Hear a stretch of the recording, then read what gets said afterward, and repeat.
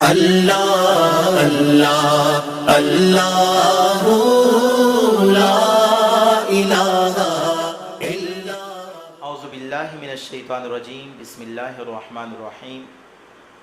आज हम आपके सामने उस मुजाहिद ख़त्म नबुव्वत का वाक़या पेश करने जा रहे हैं जिन्होंने हकीकत में इस हदीस का हक़ अदा किया कि हत्ता अकूना अहब्बा इलैहि मिन वालिदिही व वलदिही वन्नास अजमाइन।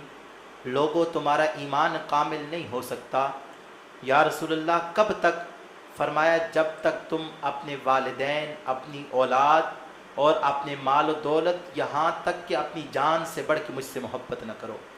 सामीन मोहतरम, हज़रत अल्लामा मौलाना ग़ुलाम गौस हज़ारवी रहमतुल्लाहि ताला अलैह वो अजीम शख्सियत थे कि आपका बेटा इतना सख्त बीमार था और डॉक्टरों ने जवाब दे दिया और कहा कि ये आपका बेटा शाम तक का मेहमान है, आपने जो बात करनी है वो बात कर लें।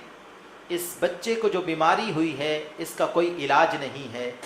तो डॉक्टर साहब की ये अल्फाज सुन के मौलाना रो पड़े और अपने बेटे को घर ले आए। घर पहुँचे ही थे कि दरवाज़े पर दस्तक हो गई और मौलाना दरवाज़े पर गए और एक बूढ़े शख्स को खड़े पाया और वो शख्स दुआ सलाम हुआ। दुआ सलाम के बाद अल्लामा साहब ने पूछा कि मामला क्या है? तो वो शख्स कहने लगा, खैरियत से आए हो? अल्लामा साहब ने पूछा तो वो कहने लगा, खैरियत से कहाँ आया हूँ, आपके इलाके में एक कादियानी आ गया है और आपको घर से फुर्सत ही नहीं है, वो लोगों को गुमराह कर रहा है, पूरी उम्मत गुमराह हो रही है और आपने घर से ही नहीं निकल रहे। तो मौलाना ने जैसे ही ये बात सुनी, आपकी आंखों से आंसू बह निकले।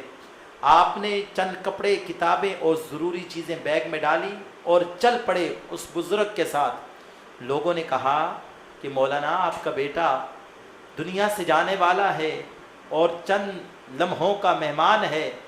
आपकी ज़ौजा ने कहा, आपने फरमाया कि ये मेरा बेटा है, अगर मेरे जाने के बाद इसकी रूह निकल गई तो इसको दफना देना। वहाँ उम्मत मोहम्मदिया को बचाने का, उनके ईमान का सवाल है।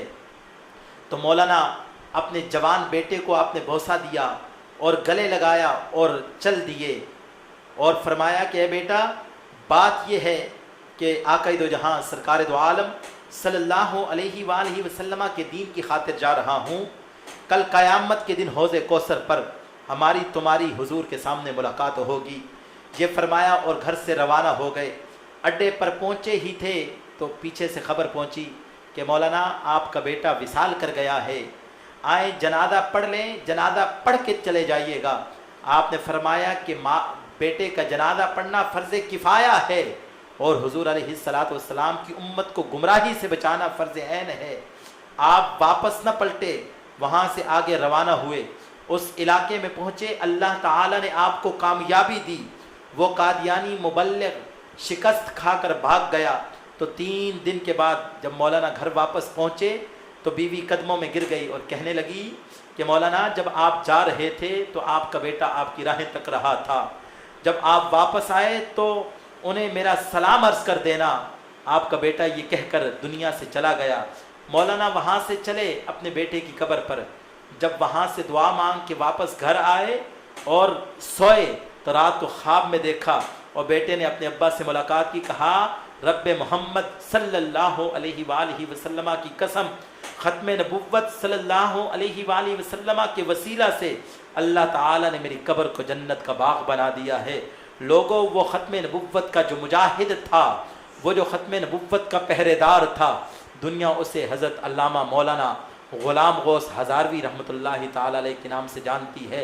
यही मेरे कलंदर लाहौरी ने कहा था कि मोहम्मद से वफ़ा तूने तो हम तेरे हैं, ये जहाँ चीज़ है क्या लोहो कलम तेरे हैं।